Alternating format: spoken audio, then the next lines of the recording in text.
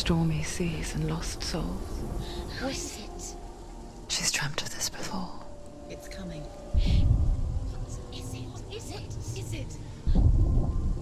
They say dreams are visions of our memories, thoughts and fears, as seen by our inner eye.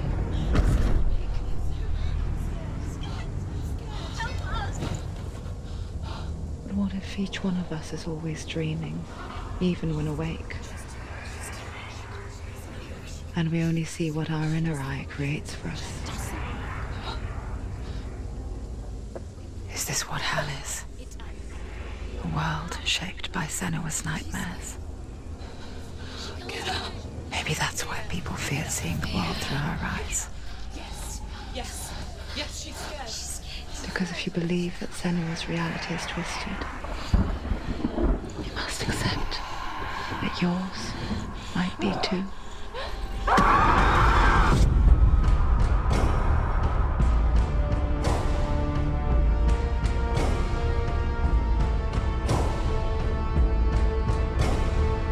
HELLBLADE: Senua's Sacrifice is a video game about Senua, a Celtic warrior on a vision quest into Viking territory.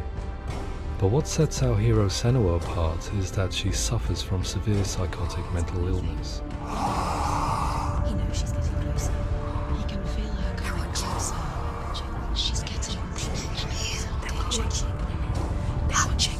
The original idea for HELLBLADE was to create a classic hero's journey, a journey of suffering, but one where the fantasy world is not another planet or alternate universe, but a world that is constructed in Senua's mind.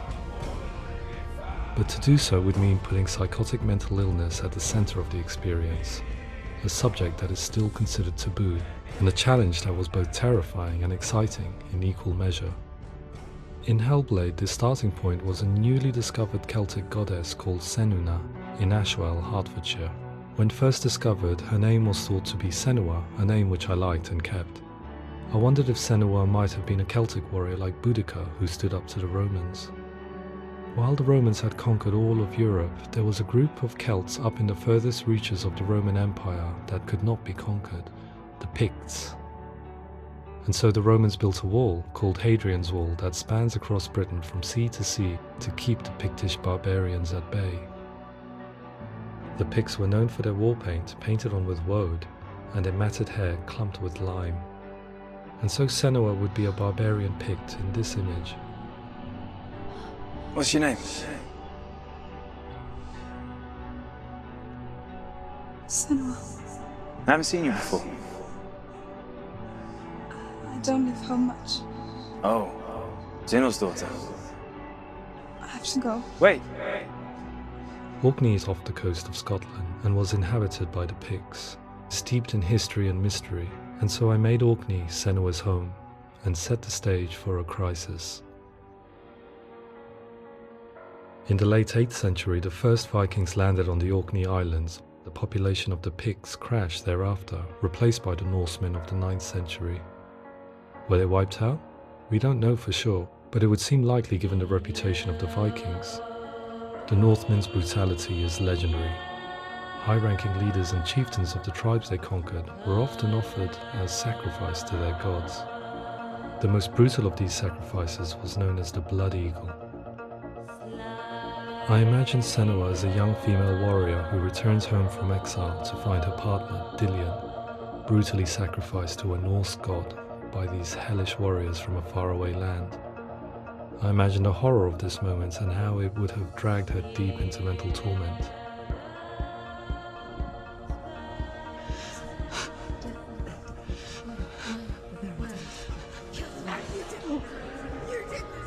No!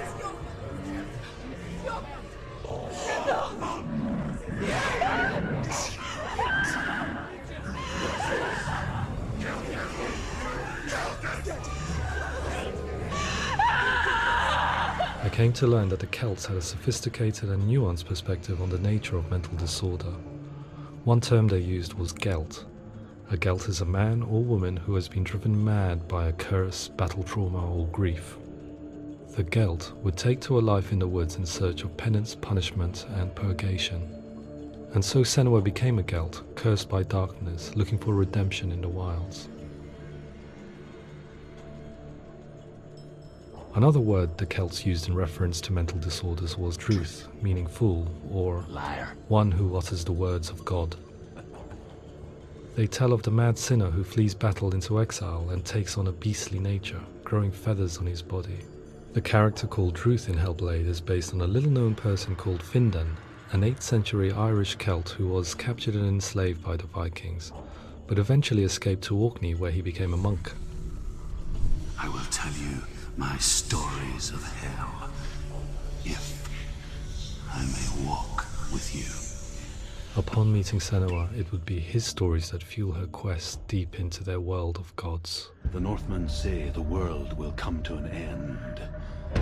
The sun will grow black, the earth will sink into the sea, the stars will disappear, fire and water will meet, flames will play against the sky, the heavens and earth and all the world will be burned, all the gods will be dead, and the warriors of Valhalla and people everywhere. Senua, prepare yourself for Ragnarok, for it is nigh.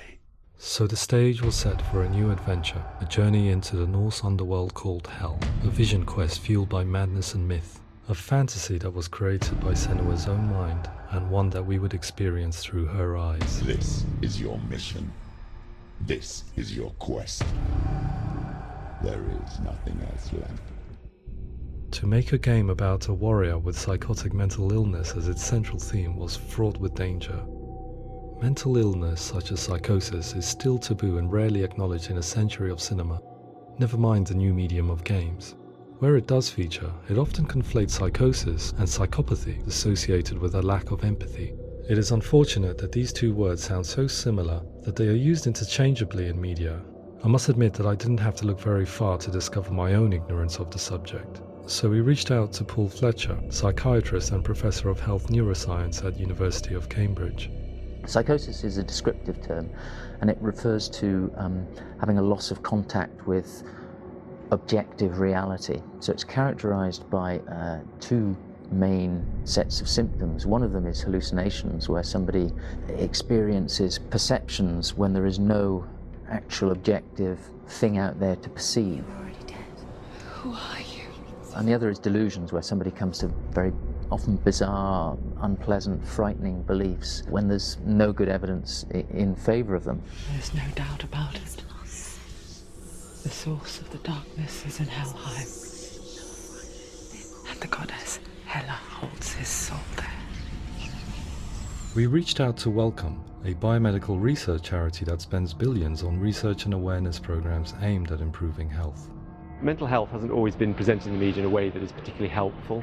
It can be challenging to engage people with the subject matter, and there are a lot of preconceived ideas about mental health, and particularly schizophrenia and psychosis. So we hope our support allows the team to continue to collaborate with Paul Fletcher and with those who have experience of psychosis to create a game that provides a fresh perspective on the condition and allows audiences to engage with it in a way that just wouldn't be possible in any other medium. What started out as a brief consultation convinced me that we were only scratching the surface of an immensely deep and interesting subject that could enrich and change the very nature of the game. That's cool. Thanks so much for coming in. Pleasure. Thanks. It's really interesting for me, and I'd love to be involved. I think it's fascinating. Absolutely. Our understanding of psychosis is still very much a mystery, and ways of treating it are still primitive compared to physical illness. After all, it is easy to see the pain and suffering caused by physical diseases or physical trauma. It is not so easy to see the mental suffering and trauma of severe mental illness. But what if we could find a way to see it? Games are capable of drawing you in for hours on end, playing the role of a character who is different from you, experiencing their perspective, and actively involving you in a world that functions with a different set of rules. That voice is not a kind voice. That voice calls you to your death. It's an evil voice. If we were to represent Senua's psychosis, we would have to simulate voice hearing, a common attribute. But how can we simulate something we have no first-hand experience of? Professor Charles Fernyhough, a leading expert in voice hearing from Durham University, offered his help. Hearing voices is an experience that is usually associated with severe mental illness, and crucially we know that hearing voices is a part of ordinary life for many people who don't meet the criteria for mental illness. Yeah. Oh, that's not him in real life. We know voices vary according to where they appear in space. Voices can appear far away in the distance, they can appear right there in your ear, they can seem to be coming from inside your head. Based on the information Professor Fernie Ho provided, I put together a sound brief and invited some actors to the studio. We recorded the actors using a binaural microphone, which records the 3D spatial position of sound, replicating the way sound is heard by human ears. It gives you an incredible sense that the person you are listening to is right there beside you. Can't see where she's going.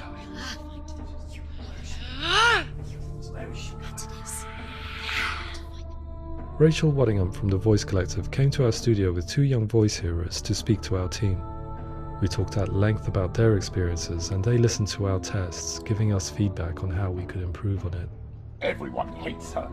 She's cursed. It's very hard to represent what this experience is like, partly because it's such a personal, intense, emotional experience.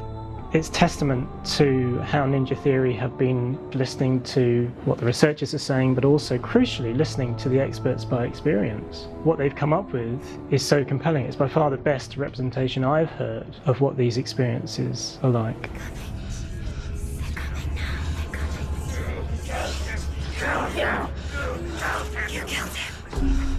Other common attributes of psychosis are visions and flashbacks. We met with Recovery College East, who work with and care for people recovering from severe mental disorders. A group of service users gave us their first-hand account of what they experience. Sometimes when the visions or what we're seeing is too much, it becomes more difficult until eventually we perhaps don't see anything. The people we spoke to, the stories they told, were fascinating, harrowing and mind-boggling. The reality of what people experienced was vivid, far exceeding what I could possibly have imagined. We went away itching to represent some of these visions and flashbacks in the game. As we all know, my heart is so, love is so far away. Don't you know how I wanna feel deeper? I could never know how you grow, all these days are killing me. Now I see deep in me insanity does unfold. I just wanna feel deeper, deeper. I just wanna feel deeper, deeper.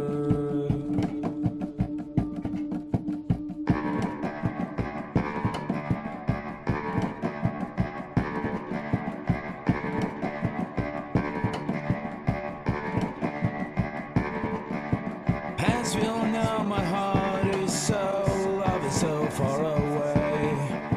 Don't you know how I wanna feel deeper?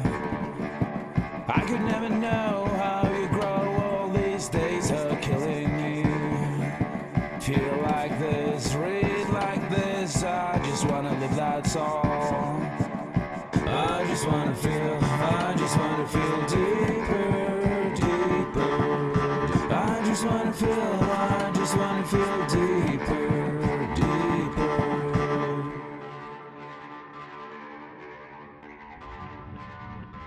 To refine our work, we continue to hold meetings with Recovery College East over the course of a year and a half, showing them what we had achieved so far and refining the in-game representations based on their feedback.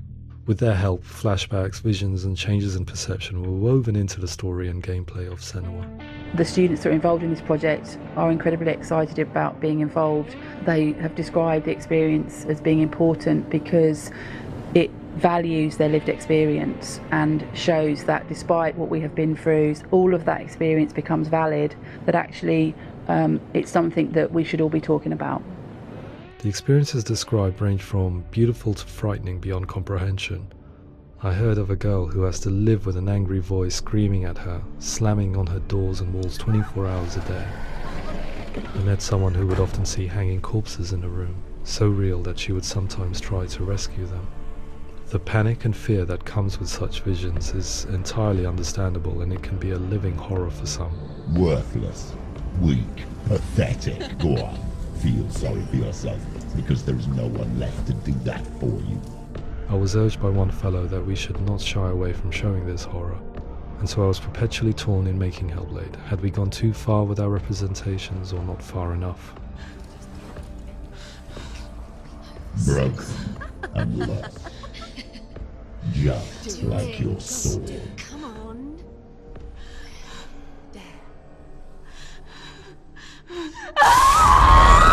In some ways, voice hearing and visions were the low-hanging fruit, so to speak.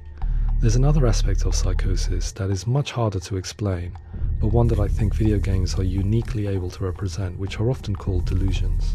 People begin to see patterns in the world. They begin to link things that most people wouldn't link. Most of the things that we might think would be coincidence or, not worth commenting on. Nevertheless, that might have a particular salience or importance for them. One individual described how everyday words, sounds, colours and objects were steeped in meaning to him, forming a strange and sinister puzzle that he was determined to solve but could not quite get to the bottom of. It's not just brain dysfunction. It's not like the system shut down. It's actually an incredibly creative process. The person creates a world populated with voices and phantasms and terrors, and they're completely immersed in it. They believe in it. We often invite people into the studio to play the game. In one of our playtests, they played through much of the game, making associations between runes, secret messages, and the threat of darkness that stalked them. There are many things that happen in the world of Hellblade that make perfect sense within the context of Senua's mind. The dark rot that's killing her slowly from within, the secret runes of the gods that block her path to Helheim, and strange associations that exist in the game to confuse you. To complete Senua's quest, you have to internalize and accept the logic and meaning behind these things to progress. Afterwards they said that they didn't see much evidence of mental illness in the game. People with delusions of all sorts would argue the same thing, that they are not aware of their experience being abnormal in any way. I need this sword. It's important. Representing perception changes and thinking patterns within Hellblade gives us a set of symptoms common in psychosis. But people with lived experience were keen to emphasize another point, that it is wrong to define a person by their symptoms. Quite often, the illness comes not from the symptoms, but from the stigma, isolation and mistreatment that comes about from the rest of society. They say that I'm cursed. What if they're right? I needed someone to portray Senua, someone who could believably internalize her suffering.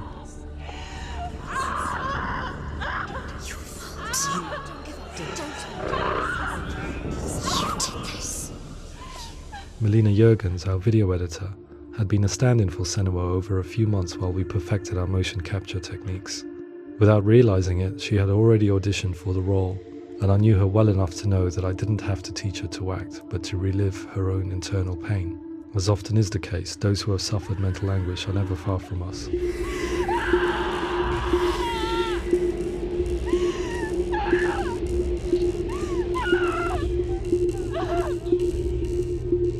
My hope is that by creating a compelling and aspirational character in Senua who feels very much real, albeit in a fantasy setting, we can provide a lens into her reality, a different one to yours, and this is where storytelling comes into play.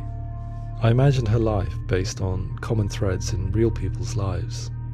She was always prone to psychosis as a child.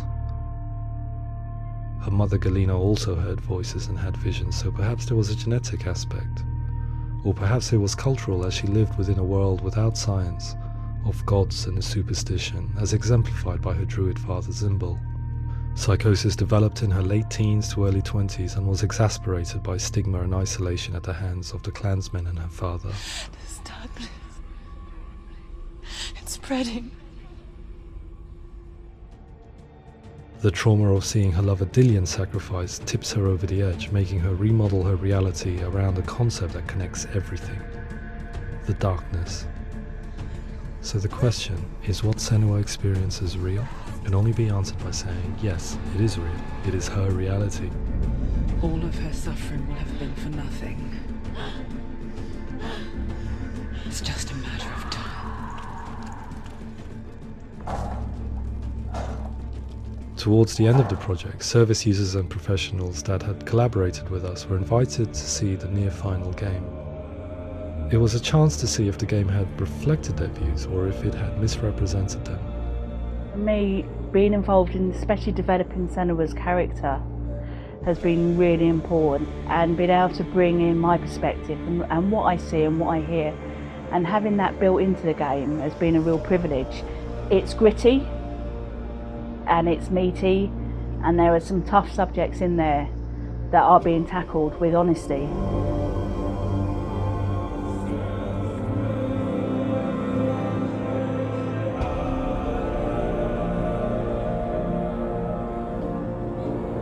I was blown away by it today, absolutely blown away. It was just fantastic to get the opportunity to use our lived experience in a very creative way. There's nothing tokenistic about the work we've put in. It feels like we've been listened to, things have been taken on board, and I think there was a lot of realism in the game itself, and it feels very authentic.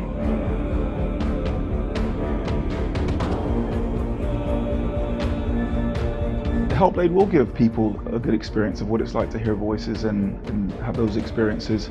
I'm glad that the guys at Ninja Theory kind of asked us to come along and help them build an experience that's positive when it comes out, and get myself a copy and have a go.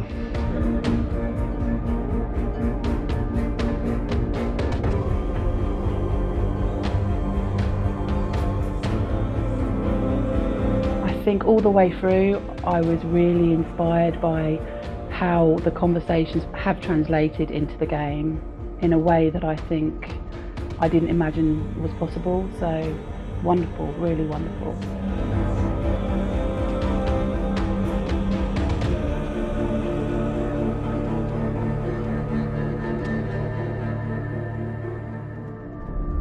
I really hope that others will follow the lead they've set and use the power of something like a video game to change people's perceptions, to increase understanding, and ultimately to make some of the stigma around voice hearing and other experiences go away.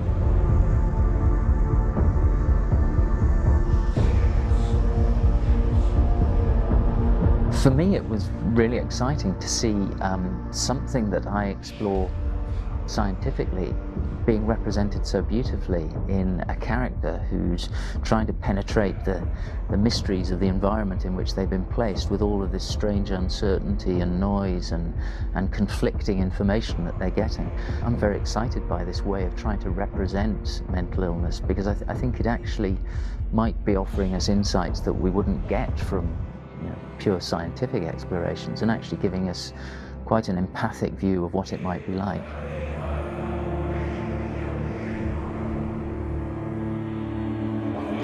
Mental illness has been with us for as long as we have been on this planet, but why? Why hasn't evolution stamped out this weakness from within our gene pool? I often pondered this question until I realized that the question had an inbuilt flaw. It assumes that being and thinking differently is a weakness. The only reason we have computers, spacecraft, medicine, poetry, art, and yes, even video games is because individuals are able to simulate new abstract realities in their minds and share them with the rest of us. We need people to be willing to see differently in order for us to progress and survive as society. And we need to be open to these new ways of seeing. And it is this spirit that motivated me to create Senua's story and share it with you.